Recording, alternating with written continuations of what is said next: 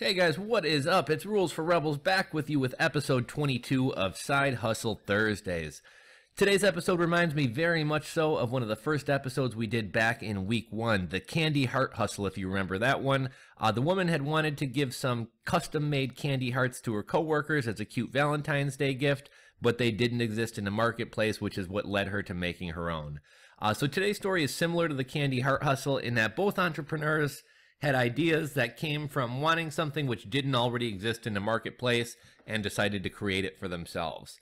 So the same way the woman who started the candy heart hustle started it because she wanted some cute gifts for her coworkers, the woman in today's story started her side hustle because she wanted some clay imprints of her newborn baby's hands and feet, but couldn't find anybody offering the service, so she figured out how to make them herself and later decided to turn that into a business.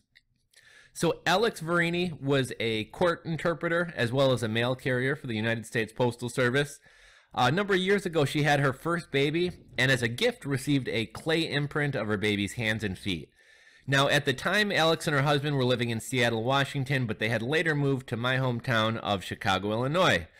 Alex, once again, was pregnant, and because she had him for her first baby, she wanted some clay imprints of her new baby's hands and feet as well, like she did with her first baby. However, unfortunately, she couldn't find anybody in Chicago offering this service. And because she couldn't find anybody who did it, she decided to figure out how to make them herself and made a set after having her new baby. Now, what's kind of cool about this business or this hustle is that it really doesn't require any artistic skills or special skill sets.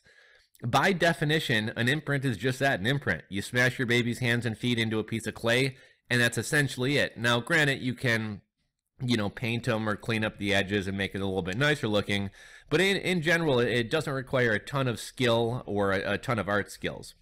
Now, what's cool about this is in addition to being fairly easy to do, the materials, which is clay, is pretty inexpensive as well. So, after making hers for her baby, Alex got a few requests from friends and family members who had babies as well.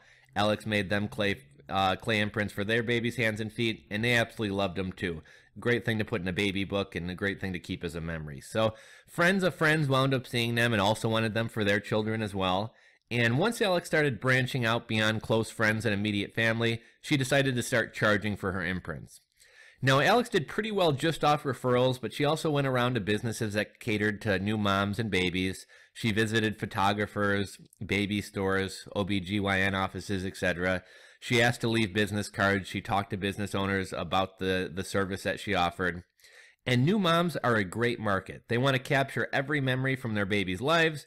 Babies will eventually grow up and get big, and it happens so quickly. It's nice getting something to remember how small they once were and to memorialize those memories. So another neat thing about this business is once you land a mom as a customer, she's pretty much guaranteed to come back and get these done for future kids as well. So if you get one for your first baby, you're going to have to get one for your second baby and your third baby and so forth and so on. So again, once you land a customer, you have them for life. Now, despite putting in a lot of time and effort trying to promote her business, Alex began getting kind of frustrated that she was only making $800 per month. Now, don't get me wrong, $800 is pretty good money. That would go a long way if put into an investment. It would cover a couple car payments and even probably a large chunk of your rent or your mortgage, but it's definitely not a full-time sustainable income. And it wasn't until Alex shifted her thinking that she became satisfied with what she had going on with her side hustle.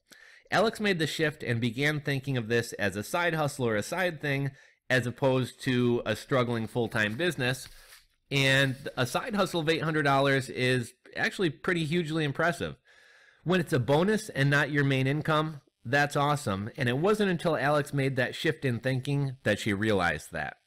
Now, not every business or every side hustle is going to turn into a multi-million-dollar business or even something that can support you full-time. But that doesn't mean it's not worthwhile.